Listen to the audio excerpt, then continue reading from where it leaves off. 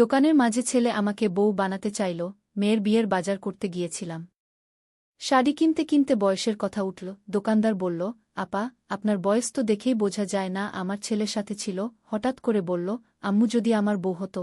কথাটা সবাই হাসি মনে নিল। কিন্তু বাসায় ফিরে ছেলে আমাকে একাকী পেয়ে বলল, আম্মু, আমি সত্যি বলেছিলাম। দোকানে আপনাকে শাড়ি পরিয়ে দেখে আমি আর নিজেকে সামলাতে পারছি না। আমি আপনাকে আমার বউ হিসেবে চাই, আপনাকে বিয়ে করতে চাই। আল্লাহ মাফ করবেন। শাড়ির দোকান থেকে ফিরে এসে আমি রান্নাঘরে বিয়ের রেসিপি চেক করছিলাম।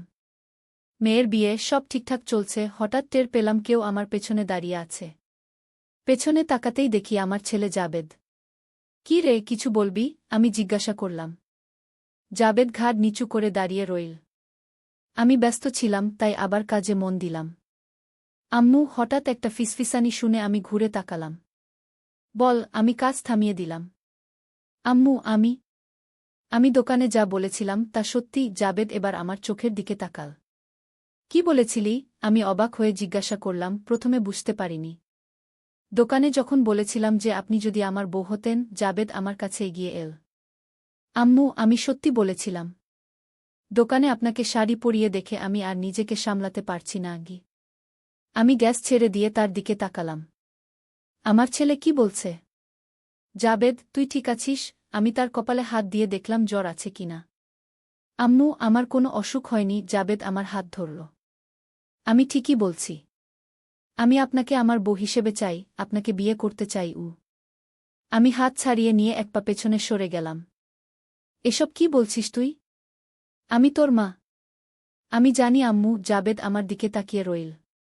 কিন্তু আমি আর নিজেকে সামলাতে পারছি না। আপনাকে দেখলেই আমার মনে হয় আপনি আমার বউ। আম্মু, আমি জানি এটা পাপ, কিন্তু আল্লাহ মাফ করবেন। কি এই গল্পটি সম্পূর্ণ শুনলে আপনাদের পানি অটোমেটিক বের হয়ে যাবে। সো যত দ্রুত সম্ভব হাতের কাছে টিস্যু নিয়ে বসে পড়ো। বিছানার চাদর যেন নষ্ট না হয় সেটা সম্পূর্ণ খেয়াল রাখার অনুরোধ জানিয়ে গল্পটি এখন শুরু করব। তার আগে সর্বশেষ অনুরোধ, দয়া করে এমন পানি বের করার গল্প নিয়মিত শুনতে আমাদের চ্যানেলটি সকলেই সাবস্ক্রাইব করুন। ধন্যবাদ। হ্যালো বন্ধুরা, আমার নাম শ্রাবন্তী রায়। আমার বয়স 4-2 বছর। আমার স্বামীর নাম অনিন্দ রায়, বয়স 4-5 বছর। আমাদের 2 সন্তান, অর্ণব আর দীপা। অর্ণব 9 বছর বয়সী, কলেজে পড়ে। দীপা 2 বছর বয়সী, স্কুলে যায়। সেদিন অনিন্দ আর আমি দীপার জন্য বাজারে গিয়েছিলাম। দীপার জন্মদিন আসছে, তাই একটা সুন্দর শাড়ি কিনতে চেয়েছিলাম। শাড়ির দোকানে ঢুকেই দেখলাম সেখানে ভিড় করে লোকজন দাঁড়িয়ে আছে। সকলেই এক ধরনের কথাবার্তা বলছে। আমি অবাক হয়ে দোকানদারকে জিজ্ঞাসা করলাম, ব্যাপার কি? দোকানদার হাসিমুখে বলল, আপা, আজকে একটা বিশেষ অফার আছে। যে কেউ আমাদের দোকান থেকে একটি লাল রঙের শাড়ি কিনবে সে একটি হীরার আংটি পাবে। আমি অবাক হয়ে বললাম, হীরার আংটি? এত দামি জিনিস আপনারা ফ্রি দিচ্ছেন? দোকানদার আবার হাসল। আসলে আপা, আমাদের দোকানের বার্ষিকী উপলক্ষে এই অফার। তবে একটা শর্ত আছে, আপনাকে ওই লাল শাড়িটা পরতে হবে এবং একটি রহস্য সমাধান করতে হবে। অনিন্দ আমাকে বলল, শ্রাবন্তী, তুমি চেষ্টা করে দেখো না, কি হয় দেখা যাক। আমি সম্মত হলাম। দোকানদার আমাকে একটি চকচকে লাল রঙের শাড়ি দিল। আমি ট্রায়াল রুমে গিয়ে শাড়িটা পরলাম। যখন বাইরে এলাম, দোকানে উপস্থিত সবাই আমার দিকে তাকিয়ে ওয়াও বলে উঠল। আমার স্বামী অনিন্দ মুগ্ধ চোখে আমার দিকে তাকিয়েছিল। আপা, আপনি খুব সুন্দর লাগছে, দোকানদার বলল। আপনার বয়স তো দেখেই বোঝা যায় না। অনিন্দ হেসে বলল, এই জন্যই তো আমি এখনও এর প্রেমে পাগল। সবাই হাসতে লাগল। কিন্তু হঠাৎ দোকানদার একটি খাম আমার দিকে এগিয়ে দিল। এবার রহস্যটি সমাধান করুন। আমি খামটি খুলে দেখলাম, তাতে একটি পুরানো মানচিত্র ছিল। মানচিত্রের একপাশে লেখা ছিল, যে খুঁজে পাবে প্রাচীন মন্দিরের সিন্দুক, হীরার আংটি, তার হবে নিজস্ব হাতমনের বাঁধন। এটা কি কোনো ধাঁধা? আমি জিজ্ঞাসা করলাম। দোকানদার নীরবে মাথা নাড়ল। আপনার কাছে ঠিক 4-8 ঘন্টা সময় আছে। যদি আপনি এই সময়ের মধ্যে মন্দিরটি খুঁজে পান এবং সেখানকার সিন্দুক খুলতে পারেন, তাহলে আংটিটি আপনারই। আমি অবাক হয়ে অনিন্দর দিকে তাকালাম। সে আমার দিকে চোখ টিপে ইশারা করল, যেন বলছে, চেষ্টা করে দেখো। আমরা শাড়িটি কিনে বাড়ি ফিরলাম। পুরো রাস্তা আমি ওই মানচিত্র নিয়ে ভাবছিলাম। বাড়ি পৌঁছেই আমি মানচিত্রটি ভালো করে পরীক্ষা করতে শুরু করলাম। এটি নগরের একটি পুরানো অঞ্চলের মানচিত্র ছিল, যেখানে একটি প্রাচীন মন্দির চিহ্নিত করা ছিল। আমি মানচিত্রটি দেখে অবাক হলাম, কারণ ওই এলাকাটি আমাদের বাড়ি থেকে খুব বেশি দূরে নয়। অনিন্দ, আমি আগামীকাল এই জায়গায় যেতে চাই, আমি বললাম। ঠিক আছে, আমি তোমার সাথে যাব, অনিন্দ উত্তর দিল।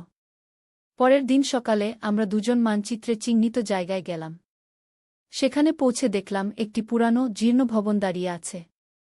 এটি কোনো মন্দিরের মতো দেখাচ্ছিল না, বরং একটি পরিত্যক্ত বাড়ির মতো। এটা কি ওই মন্দির? আমি জিজ্ঞাসা করলাম। হয়তো পুরানো মন্দিরটি ভেঙে ফেলা হয়েছে এবং এই বাড়িটি নির্মাণ করা হয়েছে, অনিন্দ উত্তর দিল। আমরা বাড়িটির চারপাশে ঘুরতে লাগলাম। হঠাৎ আমার নজর পড়ল বাড়ির পেছনের দিকে একটি ছোট দরজার উপর। দরজাটি আধা খোলা ছিল। আমরা দুজন সেই দরজা দিয়ে ভিতরে প্রবেশ করলাম। ভিতরে ঢুকতেই আমরা অবাক হয়ে গেলাম। বাইরে থেকে পুরানো বাড়ি মনে হলেও ভিতরটা একেবারে আলাদা ছিল। এটি একটি সুন্দর, আধুনিক অফিস। সেখানে বেশ কয়েকজন লোক কাজ করছিল।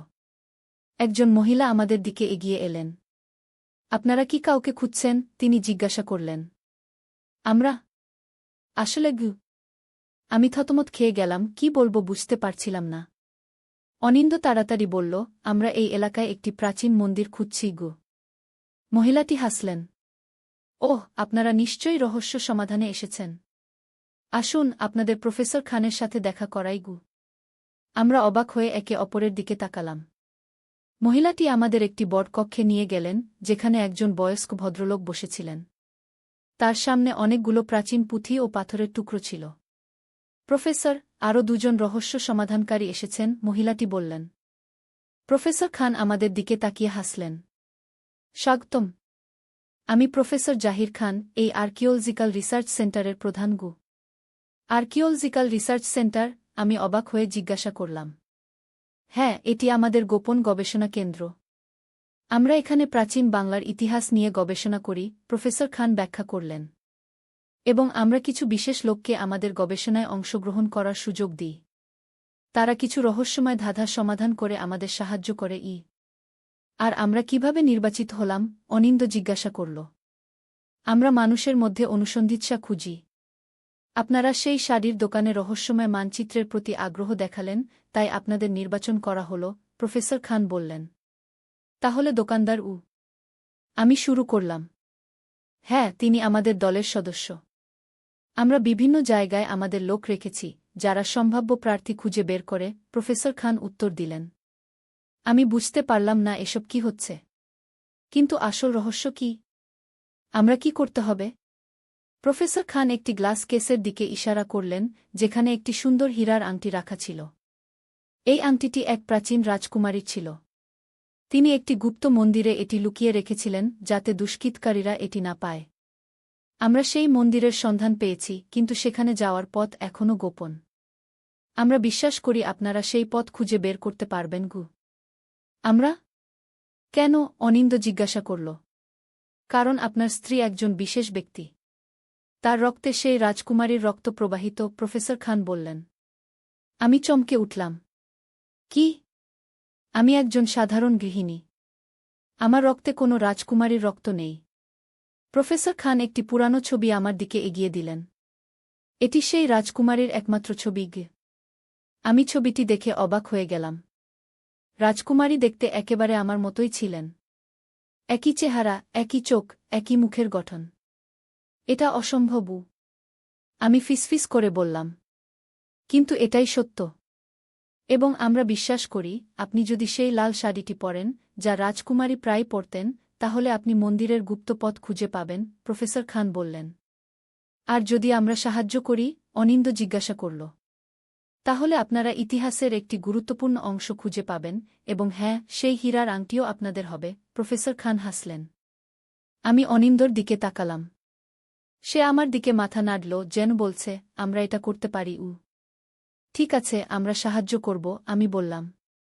প্রফেসর খান খুশি হয়ে উঠলেন। চমৎকার! আপনাদের সেই লাল শাড়ি পরতে হবে এবং আমাদের সাথে একটি জায়গায় যেতে হবে। আমি বাড়ি থেকে সেই লাল শাড়িটি নিয়ে এলাম এবং পরলাম। প্রফেসর খান আমাদের একটি গাড়িতে করে শহরের বাইরে একটি জঙ্গলের মধ্যে নিয়ে গেলেন। জঙ্গলের মধ্যে একটি পুরানো পাথরের স্তম্ভ দাঁড়িয়েছিল। এটি সেই প্রাচীন মন্দিরের একমাত্র চিহ্ন যা এখনও দৃশ্যমান, প্রফেসর খান ব্যাখ্যা করলেন। মন্দিরের বাকি অংশ মাটির নিচে। শ্রাবন্তী, এবার আপনি স্তম্ভটি স্পর্শ করুন গো। আমি ঘাবড়ে গিয়ে অনিন্দর দিকে তাকালাম। সে উৎসাহ দিয়ে আমার হাত চেপে ধরল। আমি ধীরে ধীরে স্তম্ভের কাছে গেলাম এবং হাত বাড়িয়ে স্পর্শ করলাম। হঠাৎ স্তম্ভটি আলোকিত হয়ে উঠল। একটি নীল আলো স্তম্ভ থেকে বের হয়ে মাটির উপর একটি পথ তৈরি করল। আমরা সবাই অবাক হয়ে এই দৃশ্য দেখছিলাম। এটাই সেই পথ, প্রফেসর খান উৎসাহিত হয়ে বললেন। চলুন আমরা এই পথ ধরে যাই। আমরা নীল আলোর পথ ধরে হাঁটতে শুরু করলাম। কিছু দূর যাওয়ার পর আমরা একটি গুহার মুখের সামনে পৌঁছালাম। গুহার ভিতরে ঢুকতেই দেখলাম এটি আসলে একটি বিশাল মন্দির। পুরো মন্দির মাটির নিচে লুকানো ছিল। মন্দিরের মধ্যে প্রবেশ করতেই আমরা আরও অবাক হয়ে গেলাম। মন্দিরের দেয়ালগুলোতে অসংখ্য মূল্যবান পাথর বসানো ছিল, যা আলোতে ঝকমক করছিল। মন্দিরের মাঝখানে একটি বিশাল সিংহাসন ছিল, যেখানে একটি মূর্তি বসেছিল। ওই মূর্তিটি সেই রাজকুমারীর, প্রফেসর খান বললেন। আমি মূর্তির কাছে গেলাম। এটি আমারই মতো দেখতে ছিল। মূর্তির হাতে একটি সিন্দুক ছিল। ওই সিন্দুকেই আংটিটি আছে, প্রফেসর খান বললেন। শ্রাবন্তী, আপনি সিন্দুকটি খুলতে পারবেন গো? আমি সিন্দুকটি নিয়ে দেখলাম যে এতে একটি তালা লাগানো আছে। তালাটিতে কোনো চাবির ঘর নেই, বরং একটি ছোট্ট গর্ত আছে। এতে কি দিতে হবে? আমি জিজ্ঞাসা করলাম।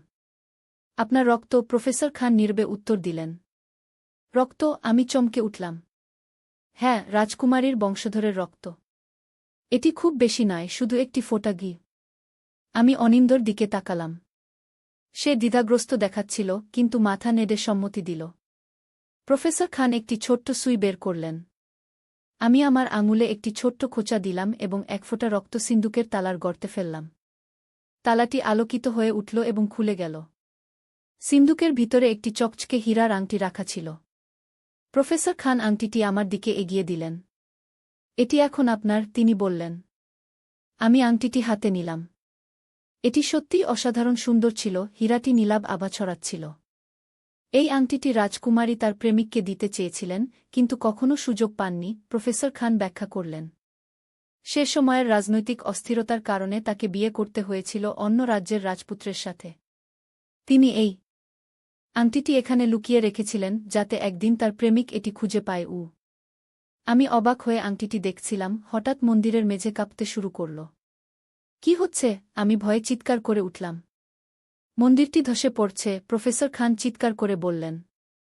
আমাদের এখনই বের হতে হবে। আমরা সবাই দ্রুত মন্দির থেকে বের হওয়ার চেষ্টা করলাম। কিন্তু হঠাৎ আমার পা আটকে গেল একটি পাথরের নিচে। আমি চেষ্টা করছিলাম পা ছাড়াতে, কিন্তু পারছিলাম না। অনিন্দ, আমি চিৎকার করে ডাকলাম। অনিন্দ আমার দিকে দৌড়ে এলো এবং আমাকে টেনে তুলল। ঠিক তখনই পাথরটি পড়ল, আর আমরা দুজন একপাশে সরে গেলাম। আমরা যেভাবে পারলাম মন্দির থেকে বের হলাম। বাইরে এসে দেখলাম প্রফেসর খান ইতিমধ্যেই সেখানে পৌঁছে গেছেন। আমরা যখন বাইরে এলাম, মন্দিরের প্রবেশপথ ধসে পড়ল, পুরো মন্দিরটি আবার মাটির নিচে লুকিয়ে গেল। এটা কি করে হলো? আমি হাঁপাতে হাঁপাতে জিজ্ঞাসা করলাম। রাজকুমারীর সিন্দুক খোলার পর মন্দিরটি নিজেকে সুরক্ষিত করার জন্য ধসে পড়ে, প্রফেসর খান ব্যাখ্যা করলেন। এটি একটি প্রাচীন সুরক্ষা ব্যবস্থা। আমরা তিনজন জঙ্গল থেকে বেরিয়ে গাড়িতে উঠলাম। আমি এখনও আংটিটি আমার হাতে ধরেছিলাম। গাড়ি চলতে শুরু করলে আমি আংটিটি পরতে চাইলাম। আপনি আংটিটি পরতে চান? প্রফেসর খান জিজ্ঞাসা করলেন। হ্যাঁ, এটি সত্যিই সুন্দর, আমি উত্তর দিলাম। তবে আপনাকে একটি সতর্কতা দিতে চাই, প্রফেসর খান বললেন। রাজকুমারীর দাসী তার ডায়েরিতে লিখেছে যে এই আংটিতে একটি অভিশাপ আছে। যে এটি পরবে সে রাজকুমারীর অতীত অভিজ্ঞতাগুলো দেখতে পাবে। আসলেই? আমি অবাক হয়ে জিজ্ঞাসা করলাম। হ্যাঁ, তবে সেটা কতটা সত্য আমরা জানি না, প্রফেসর খান হাসলেন। আমি পড়তে চাই, আমি দৃঢ়ভাবে বললাম। আমি আংটিটি আমার আঙুলে পরলাম। প্রথমে কিছুই অনুভব করলাম না। কিন্তু হঠাৎ আমার মাথা ঘুরতে শুরু করল এবং আমি অজ্ঞান হয়ে গেলাম। যখন জ্ঞান ফিরে পেলাম, দেখলাম আমি একটি অচেনা জায়গায় আছি। আমার চারপাশে প্রাচীন স্থাপত্য, লোকজন অদ্ভুত পোশাকে ঘুরে বেড়াচ্ছে। আমি নিজের দিকে তাকিয়ে দেখলাম আমিও একটি সুন্দর রাজকীয় পোশাক পরেছি। রাজকুমারী, আপনি এখানে? একজন দাসী আমার কাছে এগিয়ে এলো। আমি বুঝতে পারলাম আমি রাজকুমারীর অতীতে চলে এসেছি। আমি রাজকুমারী হিসেবে তার জীবন দেখছি। মহারাজ আপনাকে ডেকেছেন, দাসী বলল। আমি দাসীর অনুসরণ করে একটি বটকক্ষে প্রবেশ করলাম। সেখানে একজন বয়স্ক রাজা বসেছিলেন। আমার কন্যা, রাজা বললেন। আমি তোমার বিয়ের ব্যবস্থা করেছি। তুমি ময়মনসিংহের রাজপুত্রের সাথে বিবাহ বন্ধনে আবদ্ধ হবে গু। আমি রাজকুমারী হিসেবে প্রতিবাদ করতে চেয়েছিলাম, কিন্তু আমার মুখ থেকে কোনো শব্দ বের হল না। আমি অনুভব করলাম রাজকুমারী কতটা দুঃখিত, কারণ তিনি অন্য কাউকে ভালোবাসতেন। দৃশ্য পরিবর্তন হল, এবং আমি দেখলাম রাজকুমারী একটি বাগানে একজন সুদর্শন যুবকের সাথে আছেন। তারা প্রেমালাপ করছেন, এবং যুবকটি তাকে একটি হীরার আংটি দিচ্ছে, ঠিক সেই আংটি যা আমি পরেছি। প্রিয় সুপ্রিয়া, আমি তোমাকে এই আংটি দিচ্ছি আমার অকৃত্রিম ভালোবাসার প্রতীক হিসেবে, যুবকটি বলল। আমি এটি সবসময় সংরক্ষণ করব, অনন্ত, রাজকুমারী উত্তর দিলেন। আবার দৃশ্য পরিবর্তন হল। এবার রাজকুমারী একা মন্দিরে, তিনি হীরার আংটিটি সিন্দুকে রাখছেন। প্রিয় অনন্ত, আমি তোমাকে কখনো ভুলব না, তিনি কাঁদতে কাঁদতে বললেন। যদি পুনর্জন্ম থাকে আমরা আবার মিলিত হব গো। হঠাৎ সব কিছু ঘুরতে শুরু করল এবং আমি আবার অজ্ঞান হয়ে গেলাম। যখন জ্ঞান ফিরে পেলাম, দেখলাম আমি আবার গাড়িতে আছি। অনিন্দ ও প্রফেসর খান উদ্বিগ্নভাবে আমার দিকে তাকিয়ে আছেন। শ্রাবন্তী, তুমি ঠিক আছো? অনিন্দ উদ্বিগ্ন কণ্ঠে জিজ্ঞাসা করল। হ্যাঁ, আমি ঠিক আছি, আমি ধীরে ধীরে উত্তর দিলাম। আমি রাজকুমারীর জীবন দেখলাম। সত্যি? প্রফেসর খান আগ্রহ নিয়ে জিজ্ঞাসা করলেন। আমি তাদের সবকিছু বললাম, রাজকুমারীর অনিচ্ছাকৃত বিয়ে, তার প্রেমিক অনন্ত, এবং আংটির ইতিহাস। এটা অবিশ্বাস্য, প্রফেসর খান বিস্ময়ে বললেন। এই তথ্যগুলো আমাদের গবেষণায় অমূল্য যোগদান করবে। আমরা শহরে ফিরে আসলাম। আমি আংটিটি খুলে আমার হাতে ধরে রাখলাম, আর কোনো ভীষণ বা অজ্ঞান হওয়া থেকে বিরত থাকতে চেয়েছিলাম। বাড়ি ফিরে আমি আর অনিন্দ সারাদিনের ঘটনা নিয়ে আলোচনা করছিলাম। তুমি কি বিশ্বাস করো আমি সত্যিই ওই রাজকুমারীর বংশধর? আমি জিজ্ঞাসা করলাম। হতে পারে, অনিন্দ উত্তর দিল। তোমাদের দুজনের চেহারা এতটাই মিল। আমি আবার আংটিটি দেখছিলাম। এটি সত্যিই অসাধারণ সুন্দর ছিল। হঠাৎ আমার মনে হলো আমি আংটিটি আবার পরে দেখি। তুমি আবার পড়তে চাও? অনিন্দ জিজ্ঞাসা করল। হ্যাঁ, আমি আরও জানতে চাই, আমি উত্তর দিলাম। অনিন্দ আমার হাত ধরল। আমি তোমার পাশে আছি গু। আমি আবার আংটিটি পরলাম। এবার আমি অজ্ঞান হইনি, কিন্তু আমার চোখের সামনে একটি দৃশ্য ভেসে উঠল। আমি দেখলাম রাজকুমারী সুপ্রিয়া তার বিয়ের দিনে। তিনি অত্যন্ত দুঃখিত, কিন্তু তার দায়িত্ব পালন করছেন। হঠাৎ একটি বিদ্রোহ শুরু হয়ে গেল।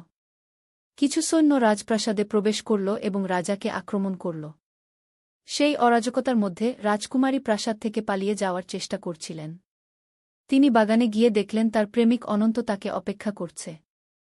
চলো আমরা পালিয়ে যাই, অনন্ত বলল। কিন্তু রাজকুমারী জানতেন তিনি তার রাজ্য এবং লোকদের ছেড়ে যেতে পারবেন না। তিনি অনন্তকে গোপন মন্দিরে নিয়ে গেলেন এবং তাকে হীরার আংটিটি দিলেন। এটি তোমার কাছে রাখো, তিনি বললেন। এবং যখন সময় উপযুক্ত হবে তুমি এটি আমার বংশধরদের কাছে ফিরিয়ে দিও। অনন্ত আংটিটি নিলেন, কিন্তু তাকে বিদ্রোহীরা ধরে ফেলল। রাজকুমারীকেও ফিরে যেতে হল প্রাসাদে। আরও একটি দৃশ্য দেখা গেল। অনন্ত পালিয়ে যাচ্ছেন, তার সাথে আংটিটি। তিনি মন্দিরে গিয়ে আংটিটি লুকিয়ে রাখলেন এবং সিন্দুকে একটি রহস্যময় তালা লাগালেন। দৃশ্য আবার পরিবর্তন হল এবং আমি দেখলাম রাজকুমারী সুপ্রিয়া বৃদ্ধ বয়সে। তিনি তার নাতিনাতনীদের একটি গল্প বলছেন, তার এবং অনন্তের প্রেমের গল্প।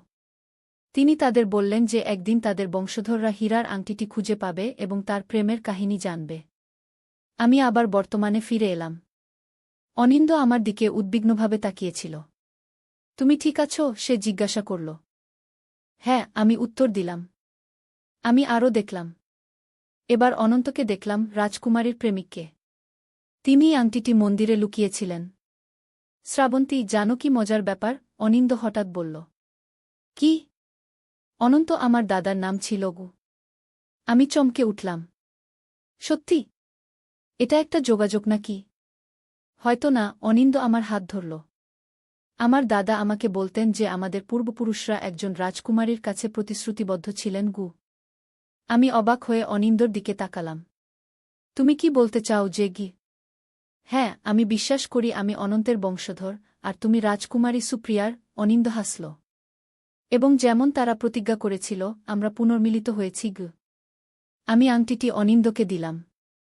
এটি তোমারই প্রাপ্য। অনিন্দ আংটিটি নিল এবং আবার আমার আঙুলে পরিয়ে দিল। এটি তোমারই থাকুক, ঠিক যেমন অনন্ত চেয়েছিলেন। তিনি চেয়েছিলেন এটি সুপ্রিয়ার বংশধরদের কাছে ফিরে যাক। আংটিটি আমার আঙুলে চকচক করছিল। এবার আর কোনো ভীষণ আসল না, তবে আমি একটা অদ্ভুত শান্তি অনুভব করলাম, যেন রাজকুমারী সুপ্রিয়া এবং অনন্তের আত্মারা শান্তি পেয়েছে। পরদিন আমরা প্রফেসর খানকে সব কিছু জানালাম। তিনি আমাদের কথা শুনে অত্যন্ত উৎসাহিত হয়ে উঠলেন। এটি আমাদের ইতিহাসের একটি অমূল্য অংশ, তিনি বললেন। আপনারা কি আমাদের সাথে কাজ করতে আগ্রহী?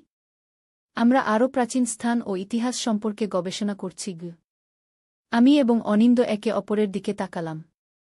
অনিন্দ মাথা নাড়ল, আমিও সম্মতি দিলাম। হ্যাঁ, আমরা আগ্রহী, আমি উত্তর দিলাম। এভাবেই আমাদের নতুন অ্যাডভেঞ্চার শুরু হল। আমরা প্রফেসর খানের সাথে বিভিন্ন প্রাচীন স্থান ঘুরে বেড়াতে লাগলাম, নতুন নতুন রহস্য উন্মোচন করতে লাগলাম। আমার আঙুলে হীরার আংটি আমাদের পথ দেখাত, আমাদের অতীতের সাথে সংযোগ স্থাপন করত। এই অভিযানে আমাদের মেয়ে দীপাও যোগ দিল। তার মধ্যেও রাজকুমারী সুপ্রিয়ার রক্ত প্রবাহিত। সে আংটিটি পরলে সেও অতীতের দৃশ্য দেখতে পেত। আমরা এখন একটি বিশেষ পরিবার, যারা অতীত এবং বর্তমানের মধ্যে সেতু তৈরি করছে, যারা বাংলার হারিয়ে যাওয়া ইতিহাস পুনরুদ্ধার করছে। আমার নাম শ্রাবন্তী রায়। আমি এখন শুধু একজন সাধারণ গৃহিণী নই, আমি একজন আর্কিওলজিস্ট, একজন অন্বেষক, একজন রাজকুমারীর বংশধর। আমার জীবন এখন রহস্য এবং অ্যাডভেঞ্চারে পরিপূর্ণ, এবং আমি এই নতুন জীবন উপভোগ করছি। এভাবেই আমাদের রহস্যময় যাত্রা শুরু হল, একটি সাধারণ শাড়ি কেনাকাটা থেকে একটি অসাধারণ আবিষ্কারে।